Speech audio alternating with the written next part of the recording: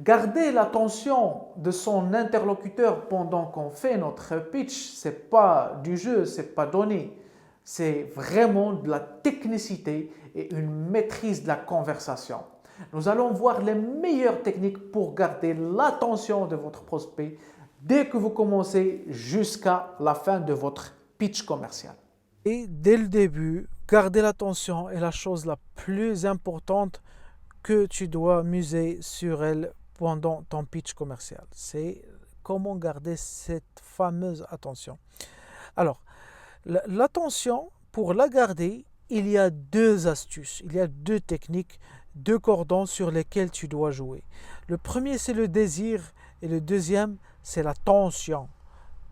Tu vas trouver ça bizarre peut-être, mais on peut jouer sur la tension, on peut même provoquer notre prospect avec une technicité et ça nous aidera à garder son attention optimale.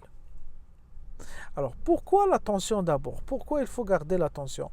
Il est important de garder l'attention dans un pitch commercial parce que ça te permettra de captiver l'audience de ton prospect et communiquer efficacement. Bien sûr, c'est une communication, c'est une forme de communication, le pitch commercial.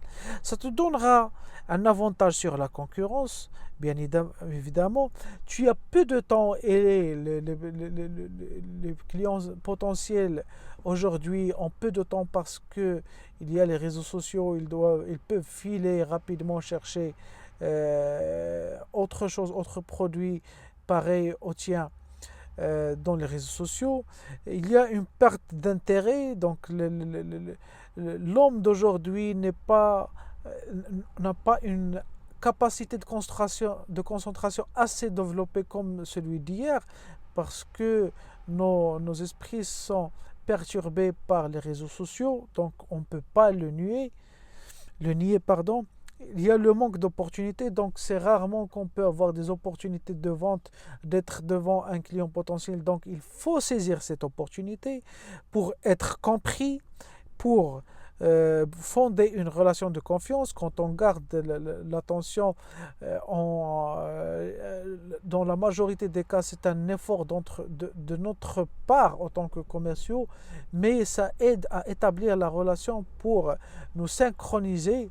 En fait, la synchronisation, quand on se synchronise avec le prospect, on joue sur les émotions, etc. Ça aide à développer la relation. Et enfin, pour gagner en crédibilité, quand on a l'attention, on peut gagner en crédibilité rapidement parce que le client aura confiance, se souviendra de nous. Alors, l'attention, c'est lorsqu'une personne ressent à la fois le désir et l'attention, comme j'ai dit, elle prête une attention à ce qui est en face d'elle. Donc, pour créer cette attention-là, nous avons dit qu'il y a le désir et l'attention. Le désir, c'est l'hormone responsable du désir, c'est la dopamine. La dopamine est le neurotransmetteur du désir et l'hormone responsable de l'attention, c'est la noradrénaline qui est le neurotransmetteur de l'attention. C'est le ramadan, je sais que j'avale des mots. Merci pour ta compréhension. C'est le ramadan et c'est la dernière dizaine, Lilat Sba'ashin aujourd'hui. Donc c'est pour ça que je fais un grand effort, mais alhamdulillah, Allah al-Mu'in. Alors, jouer sur ces deux hormones, la dopamine et la noradrénaline, ça aide à créer le désir et l'attention et à garder l'attention. Donc pour booster la noradrénaline et créer l'attention, il faut retirer quelque chose à votre cible. Donc quand tu retires quelque chose, quand je te retire, je te prends quelque chose, tu seras fâché et là tu as l'attention et tu vas être concentré avec moi pour récupérer ce que je t'ai pris. Donc ça, c'est une technique qu'on peut mettre en place et on va voir comment par exemple. À vrai dire, la dopamine est l'hormone de l'anticipation de la récompense. Oui, c'est vrai. La dopamine dont on parle aussi, c'est pas quand on a quand on reçoit ce qu'on veut qu'il se passe la sécrétion de la dopamine. Non, la dopamine se secrète avant d'avoir ce qu'on veut. C'est l'anticipation du désir. Par exemple, si je te dis, par exemple, si ton patron, par exemple, vient dans ton bureau et te dit, écoute, la semaine prochaine, tu vas pas travailler sur le projet tel, mais par contre, j'ai besoin de toi pour un voyage en Italie. Et toi, tu as tellement envie de voyager et tu rêvais d'aller en Italie.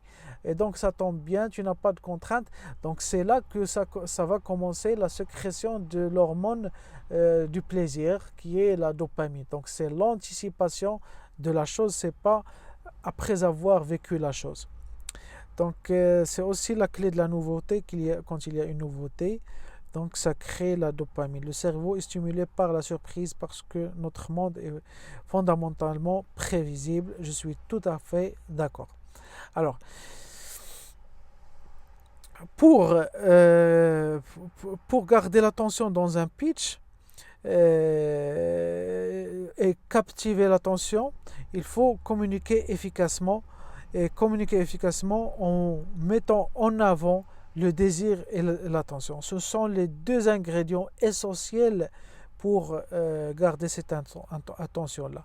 Alors pour le désir, on va bien étudier et rentrer un petit peu en détail de ces deux phénomènes-là, ces deux sentiments, si on veut le dire, qui sont créés suite à la sécrétion des hormones responsables.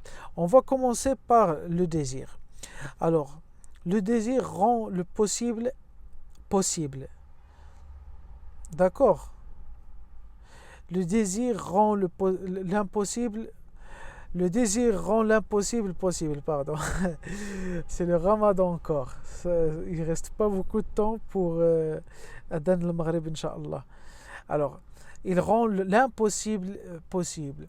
Si, par exemple, je donne cet exemple dans ma formation, pas mal de jeunes, quand ils sont dans les 14 ans, 15 ans, dans la maison, par exemple, leur mère peut leur demander d'aller chercher la bobine à gaz, qui est très lourde. Et là, ils ressentent une très très grande lourdeur, et ils vont essayer de procrastiner, etc. Mais quand ce même garçon-là reçoit un appel de son copain ou sa copine pour le rejoindre, faire un plan excitant, alors là, il y a plus de procrastination, il n'y a plus de faiblesse, il va bouger sur le champ, il va sauter du lit, mettre ses vêtements et descendre les escaliers en courant. Donc ça, c'est parce qu'il y a le désir. Donc pour susciter le désir, il faut stimuler la création de la dopamine, qui est l'hormone de l'anticipation de la récompense, on l'a dit. La clé de la nouveauté, la clé est la nouveauté. Il faut raconter quelque chose de nouveau au client. Le cerveau est stimulé par la surprise parce que notre monde est fondamentalement imprévisible. Donc il faut toujours donner la nouveauté, toujours jouer sur la nouveauté. Même si notre idée peut paraître ordinaire, mais on doit la présenter d'un angle qui la rend nouvelle. Donc c'est la création de la prise de conscience qu'il invoque, quelque chose sera perdu ou gagné. Donc ça c'est l'attention. On peut montrer au client qu'il va perdre quelque chose s'il ne fait pas une action. Donc l'attention sera créée. C'est un élément clé pour garder l'attention. C'est quand vous dites par exemple les enjeux sont de grande ampleur. Je ne suis pas ici pour vendre le papier, mais parce que si vous ne trouvez pas quelque chose où écrire, vous allez perdre la base de données de vos clients et vos factures seront éparpillées dans le ciel et vous aurez des problèmes de comptabilité. Alors comme ça, j'ai présenté le papier sous une forme qui le rend dans une grande ampleur. Donc l'une des meilleures techniques pour créer l'attention est la technique du retrait-rejet. Je te prends quelque chose et je te la rends.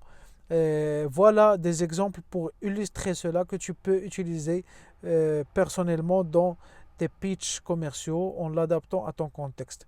Par exemple, il existe une réelle, tu peux dire ça au client, il existe une réelle possibilité. il existe une réelle possibilité pour que nous ne soyons pas faits pour travailler ensemble.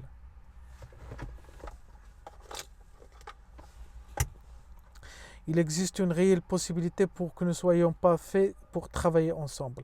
Marquer une pause, permettez à se léger, permettez un petit silence et tu enchaînes après. Mais encore une fois, si ça fonctionnait bel et bien, nos forces s'uniraient et ça donnerait quelque chose de fantastique. Alors là, dans la première expression, tu as fait tu as pris quelque chose, tu as retiré quelque chose au client. Et la deuxième, tu lui as donné encore cette chose-là. Donc, comme on peut le constater, c'est on va jouer sur ces cordons-là pour stimuler la tension du client. C'est le plus important. Pardon.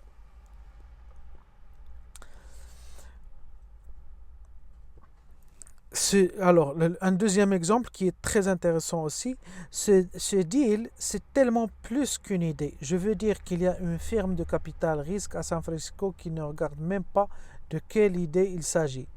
Ils ne font même pas gaffe à ça quand on leur présente le projet. La seule chose qu'ils regardent, c'est qui sont les gens derrière ce deal. Ce n'est pas illogique. Je sais que les idées, c'est assez commun. Ce qui compte vraiment, c'est qu'il y ait quelqu'un derrière cette idée. Là, c'est comme s'il est en train de dire, le plus important, c'est la personne avec laquelle tu travailles. Par exemple, je peux dire, par exemple, pour un projet de panneaux solaires, le client veut installer les panneaux solaires, tout le monde installe les panneaux solaires, mais quand tu as une personne de compétente derrière l'idée des panneaux solaires qui ne te lâchera pas, que si ça ne marche pas, tu la trouveras, que si tu l'appelleras pour une question, même la nuit, tu la trouveras, qu'elle te garantira, même s'il y a une casse ou quelque chose comme ça, parce que c'est une personne de valeur, c'est une personne qui veut aller de l'avant, qui a le sens du service client. C'est ce que tu peux montrer au client en disant cela.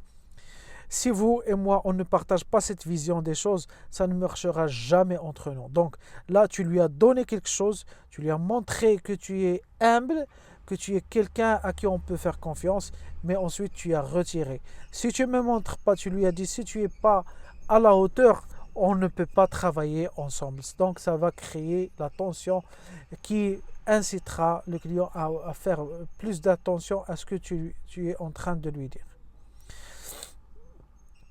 Donc, créer la tension. Les notes importantes. Si vous ne faites qu'attirer la cible, elle vous s'échappera. Oui, bien sûr. Il y a beaucoup de commerciaux, surtout dans leur première année d'expérience, ils essaient de satisfaire le client à tout prix. Ils ne font que donner, donner, donner et donner. Alors, ne faire que caresser dans le sens du poil, gardez bien la tête, ça va faire fuir le client potentiel. Le deuxième point, installer un peu de tension pour guider l'interaction et pour créer une réelle connexion. C'est très important, c'est ce qu'on vient de dire. Le client est la base des interactions humaines intéressantes. Le conflit, pardon. Il ne faut pas avoir peur du conflit parce que le conflit aide à créer de réelles connexions. Quand on a conflit, ça veut pas dire qu'on peut avoir des ennuis, mais ça veut dire qu'on a des idées divergentes et chacun essaiera de défendre son idée et ça aide à la création de la relation humaine.